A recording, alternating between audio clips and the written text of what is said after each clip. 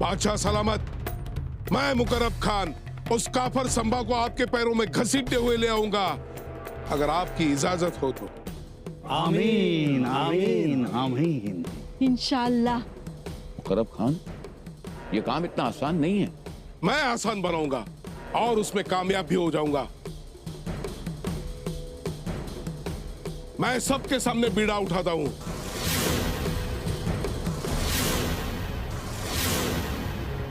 अच्छा,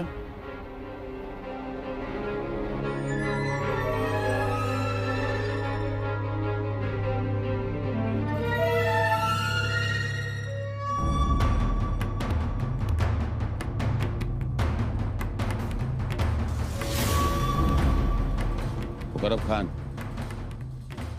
कोई भी काम जल्दबाजी में मत करना। जो भी करो सोच समझ के करना। जहांपना, हमने सोच लिया है। तुम नामुमकिन को मुमकिन में तब्दील करने जा रहे हो। जी जहांपना, अगर अल्लाह ताला की दुआ मेरे साथ हो तो कोई भी काम मेरे लिए नामुमकिन नहीं है। वाह, सुभान अल्लाह। मैं मुकर्रब खान इस भरे दरबार में सबके सामने बीड़ा उठाता हूं। जल्द से जल्द आने वाले 30 दिनों के अंदर मैं उस काफर संभा को आपके पैरों में घसीटते ले आऊंगा, वो भी जिंदा। इंशाअल्लाह।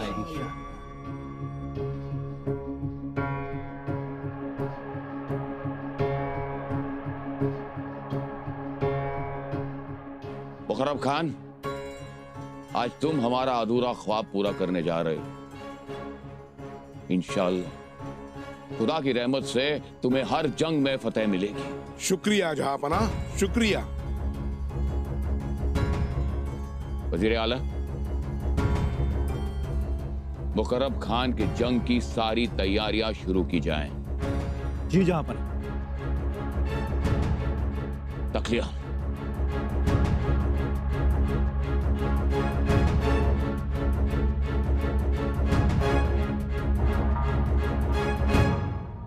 अबूजान, आज आपकी आंखों में आंसू दिखाई दिए।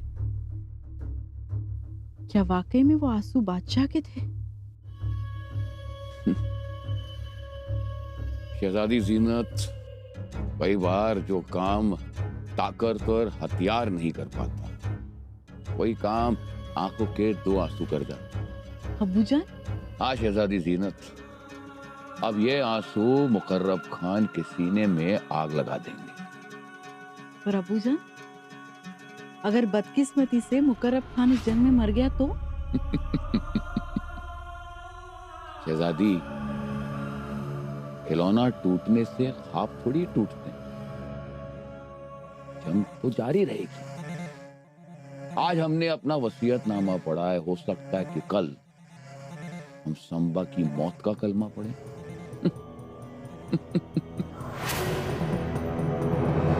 कहिए शहजादे साहब, क्या खिदमत करूं मैं आपकी? खिदमत? वाह वाह, तो अब शेख निजाम यानी कि मुकर्रब खान की हो रही है।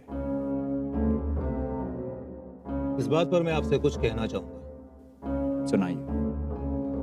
जो कि इतने सालों का तजुर्बा है मेरा, जो गरजते हैं वो कभी बरसते नहीं है। मतलब मुकर्रब खान नाकामयाब होगा? हो भी सकता है और कामयाब भी हो सकता है। आप कहना क्या चाहते हैं? देखिए, उसने अगर कामयाबी हासिल भी कर ली तो भी वो कभी शहजादा नहीं बन सकता, क्योंकि वो जगह तो आपकी है। फौज आपको बादशाह सलामत का वारिस मानती है। अगर मुकर्रब खान ने संभा को पकड़ भी लिया तो ज्यादा से ज्यादा वो एक कामयाब सरदार कहलाएगा, और क्या।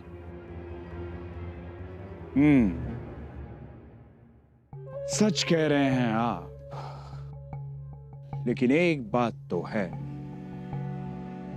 मुकर्रब खान है तो बड़ा सुरमा। संभा के साथ जंग खेलने से पहले सब सरदार सुरमा ही होते हैं, पर बाद में पता चलता है। सही कह रहे हैं आप। अब हमें ही देख लीजिए, कितने धोखे खाए हैं हमने संभाजी से। आप तो शहजादे हैं। बादशाह के बेटों की गलतियां गिनी नहीं जाती, और बादशाह के दरवाजे का कुत्ता किसी को काटता है तो उसे काटे खान भी कहा जाता है, और आप तो शहजादे हो।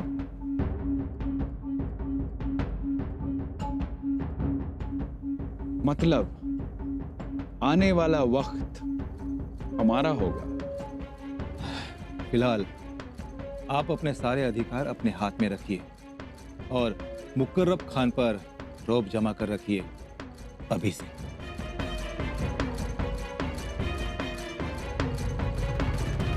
राणीसाहेब हे पाहिलं? काय आहे? औरंगजेबाच्या मृत्यूपत्राची नक्कल. मृत्यूपत्र म्हणजे? म्हणजे त्यानं मरणाची तयारी चालवली. अगं बाई, बघू तरी. महाराज, म्हणजे त्याने आपल्या समोर हात टेकले तर? राणीसाहेब हात तर टेकलेच आहेत, आता पाठ टेकवायची म्हणतोय, तीही कायमची.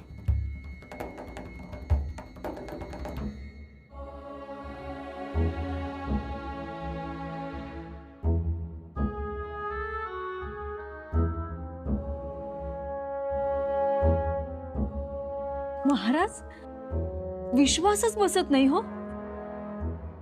त्याने यात लिहिलंय, मी माझ्या हातांनी शिवलेल्या टोप्यांच्या एकूण रकमेतील 4 अशर्फियांनी माझ्यासाठी कफन आणावे. वाचा, पुढे वाचा. मी पवित्र कुराणाच्या नकला केल्याबद्दलचा माझा मेहनतताना 305 अशर्फिया आहे. माझ्या मृत्यूच्या दिवशी तो फकीरांना वाटावा. बघितली केवढी दिलदारी. करोडोंचा खजिना आहे, पण वाटणार किती? फक्त 305. त्याने लिहिलंय की दया, क्षमा, शांतीचा सागर इमाम हसन यांच्या कबरीवर पापाच्या खोल गर्तेत बुडालेल्या माझ्याकडून कापडाचे आच्छादन घालण्यात यावे. खरं वाटत नाही ना? नाही महाराज, नाही खरं वाटत हे. परंतु हेच सत्य राणीसाहेब. आज 5 वर्ष झाले औरंगजेबाला दख्खनेत येऊ, पण त्याला एक पाऊल जमीन सुद्धा घेता आली नाही. आपला म्हणावा असा एक सुद्धा किल्ला त्याच्या जवळ नाही. फौज बिथरली, लोकांचे पगार द्यायला पैसे नाही. म्हणून औरंगजेबानं हा मार्ग अवलंबला. म्हणून मृत्यूपत्र आहे तर. राणीसाहेब, औरंगजेबाचं हे मृत्यूपत्र म्हणजे मगरीचे अश्रू सुद्धा असू शकते. म्हणजे हे खोटही असू शकतं. असू शकतं, कारण औरंगजेबाच्या कोणत्याही कृतीवर, कोणत्याही हरकतीवर आमचा विश्वास नाही. हे मृत्यूपत्र जेवढं खरं असू शकतं, तेवढंच खोटं सुद्धा असू शकतं. असं? आणि तसंही राणीसाहेब, या मृत्यूपत्राशी आम्हाला काहीच देणं घेणं नाही. कारण औरंगजेबानं हे मृत्यूपत्र आत्ता लिहिलं असलं तरी औरंगजेबाचं खरं मृत्यूपत्र तेव्हाच लिहिलं गेलंय जेव्हा त्यानं स्वराज्यात पाय ठेवला. आणि ते मृत्यूपत्र लिहिलंय इथल्या दऱ्याखोऱ्यांनी, उंच पर्वत शिखरांनी आणि आमच्या जिगरबाज मावळ्यांच्या टोकदार भाल्यांनी. खरंय महाराज, आणि त्याची प्रचिती सुद्धा येते. पण राणीसाहेब, या मृत्यूपत्रात जे 4थं कलम लिहिलंय ना, ज्यात औरंगजेब म्हणतो की सन्मार्गापासून ढळलेल्या माझी इथंच कबर खोदा आणि त्या कबरीत मला दफन करा. राणीसाहेब, हे कलम मात्र आम्ही स्वतः पूर्ण करू. त्या औरंगजेबाची कबर या दख्खनेतच खोदू आणि त्याला दफन केल्यावर चादर सुद्धा चढवू. मेरे आका, मेरे सामने संभाजी के तबाही के 4 रास्ते हैं. अच्छा, बहुत खूब, सुभान अल्लाह. अगर आपकी इजाजत हो तो मैं रायगढ़ पर आक्रमण करना चाहता हूं. थेट आक्रमण. मी झडप घालणार आहे. दूसरा रास्ता बताइए। क्यों? ये आपको पसंद नहीं आया जहांपना? आपके ख्याल अच्छे हैं मुकर्रम खान, लेकिन आपकी समझ बहुत कम। आपकी ये सारी तरकीबें सुनने में तो बहुत अच्छी लगती है, लेकिन जब वाकई करने जाएंगे तो बहुत ही मुश्किल। मेरे पास एक और रास्ता है हुजूर, और वो कामयाबी हो सकता है। अच्छा, बताइए। फिदाइन हमला। फिदाइन हमला? जी, कम से कम फौज ही क्या, मुगल सल्तनत के 10-12 नेक बंदूकों को लेकर संभाजी पर आक्रमण कर दूंगा। संभा ने कभी सोचा भी नहीं होगा इस हमले के बारे में। गलत। दुश्मन को कभी भी बेखबर और कमजोर मत समझना। क्या आप ये भी जानते हैं कि आप कौन से संभा पर हमला करने वाले हैं? मतलब कितने संभा है? बहुत संभा है, बहुत सारे संभा हैं। संभा के साथ रहने वाला हर मावड़ा संभा है, बहुत से तो उसके हमशक्ल भी हैं। क्या? हाँ, और ये मत भूलिए कि संभा शिवा का बेटा है, 10 गुना आगे की सोचता है। वो जहां भी जाता है उसके साथ साथ उसका वो जलेबी पथक भी साथ जाता है। मेरे आका, जलेबी पथक ये क्या है? हाँ, जलेबी पथक संभा के खास सिपाहियों की ये बहुत ही तेज टुकड़ी है। ये सारे सिपाही हर तरह का हथियार चलाना जानते हैं और वक्त आने पर संभा के लिए अपनी जान भी दे सकते हैं। वो इसीलिए संभा के स्वराज में घुसकर उस पर हमला करके फतेह पाना नामुमकिन के बराबर है। मेरे आका, मेरे पास एक और तरकीब है। जब संभा रायगढ़ से दूर हो और उसका जलेबी पथक भी उसके साथ ना हो, ऐसे मौके पर देखकर हम उसे गिरफ्तार कर देंगे। मुकर्रम खान, मौके का इंतजार करने से कभी भी फतेह हासिल नहीं होती है। मौके का इंतजार करना मतलब वक्त की बर्बादी। जहां बना, मैं भेष बदलूंगा, ये दाढ़ी कटवाऊंगा और अकेला रायगढ़ चला जाऊंगा।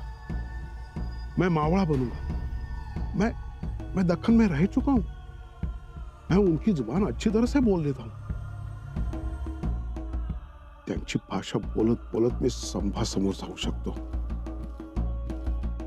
मैं उसे खत्म कर दूंगा, छोड़ूंगा ना मैं उसे। बहुत खूब, बहुत खूब मुकर्रम खान। हम तुम्हारी बहादुरी की कद्र करते हैं और हमें फख्र भी है, और हम तुम्हें नाराज भी नहीं करेंगे। मगर हमें हर वक्त चौकन्ना रहना चाहिए। हो सकता है कि अल्लाह ताला की मेहरबानी और तुम्हारी किस्मत अगर साथ दे तो तुम्हारी तीनों तरकीबें काम आ जाए और हमें फतेह हासिल हो। मगर वक्त का तकाजा है। खबरें मिली हैं कि हमारा शहजादा अकबर ईरान से 1 लाख की फौज लेकर रवाना हुआ है, और ये भी सुनने में आया है कि राजपूत उसका साथ देने के लिए उतावले हैं। अगर शहजादा अकबर लाहौर तक पहुंच गया तो हमें यहां से लौटना होगा। इसीलिए वक्त बहुत कम है।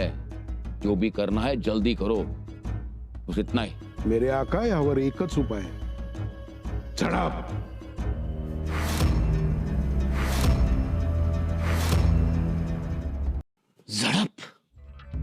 झडप घालायची? हाँ, झड़प घालायची, लेकिन वो भी आप लोगों की सलाह मशवरों से। आमचा क्या सल्ला मशवरा? हाँ काजी साहब, आपने तो उनके साथ काम किया है और आप रिश्तेदार भी हैं। क्यों काजी साहब? जी बिल्कुल सही फरमाया आपने। तो फिर बता, संभा के बारे में क्या बताऊं? उसकी आदतें। वो होशियार है, चालाक है और अपने आवाम का ख्याल रखते हैं। संभा हमारा दुश्मन है। हमने उसकी बुराइयां, बुरी आदतें और कमजोरियों के बारे में पूछा है आपसे। कमजोरियां? कमजोर तो वो है नहीं।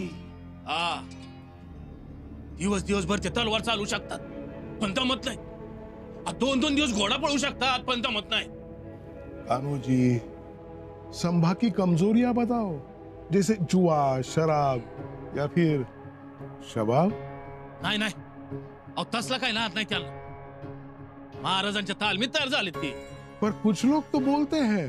जो लोग बोलते हैं कहते हैं वो सब मनगढ़ंत कहानियां हैं. इस दुनिया में जो भी कोई कामयाब हुआ है उसने एक ना एक तो गुनाह किया ही है, और मुझे मक्कार ज्यादा पसंद है. सोच लो, और मक्कारी में अशरफिया भी मिलती है. हाँ साहब, कैसी कैसी बातें कर रहे हैं आप? क्यों, तुम लोगों को नहीं मिली अशरफिया? अरे आप लोगों ने मक्कारी की है, बादशाह सलामत ने कुछ ना कुछ तो दिया ही होगा ना. तुम हाँ कहो या ना कहो, लेकिन मक्कारी और नमक हरामी ही इंसान को बड़ा बना देती है. मुझे सिर्फ इतना बताओ, संभा का आना जाना और रहना कौन से इलाके में होता है? समधीकडेच असतात ते, स्वराज्यात. लेकिन ऐसी कौन सी जगह है जहां से हम संभा पर नजर रख सकते हैं? और स्वराज और संभा दोनों हमारी एक ही नजर में रहे. ऐसी 2 जगह हैं. एक है किले सिंहगढ़ और दूसरा पन्हाड़गढ़.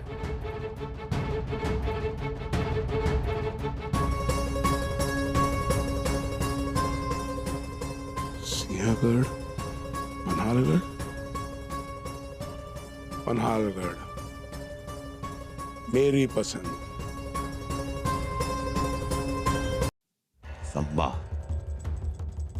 तुम्हें अब सिर्फ मुसीबतों का सामना करना है. हमारे अंदर सिर्फ दगा और गंदगी भरी हुई है. और शिरके, तुम्हारी तबीयत में इस कदर बसा हुआ है, और तुम सिवाय हमारे सबके सामने अपना सर झुकाओगे.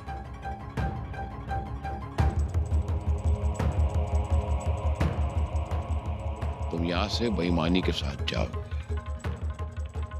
वक्त आ चुका है. हमने आवाज सुनी है, और आसमानी आवाज कभी बेअसर नहीं हो सकती. इसलिए संभा, हम बेसब्री से तुम्हारा इंतजार करेंगे.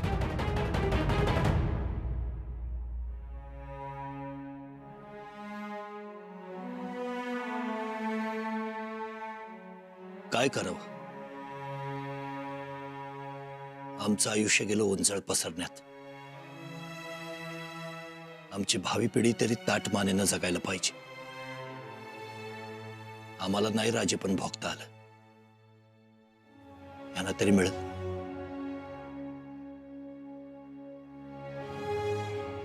शिवाय देहानं जरी आम्ही इथं असलो तरी मनानं औरंगजेबाच्या छावणीतच आहोत. काय करावं? जावं का? थांबायचं तरी कशा पायी? मैं मेरी कसम पूरी करके रहूंगा. बीड़ा उठाया है, करके दिखाऊंगा. ना मुझे अब जीने की खुशी है, ना मरने का गम. लड़ते रहूंगा, मक्कारी का जाल बुनते रहूंगा. संभा, तेरी मौत मुझे तेरे पास ला रही है. तुझे छोड़ूंगा नहीं. मुकर्रब नाम है मेरा. मुकद्दर जानता हूं मैं.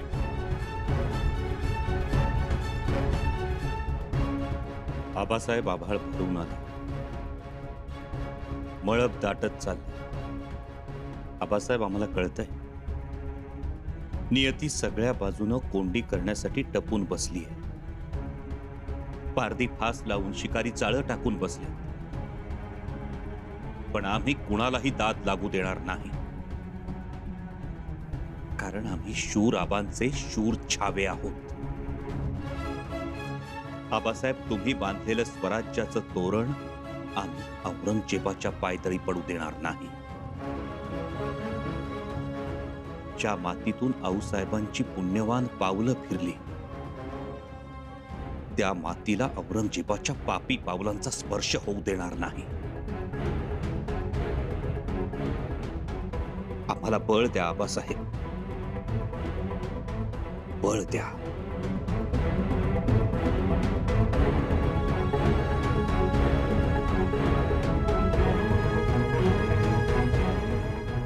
जगदंब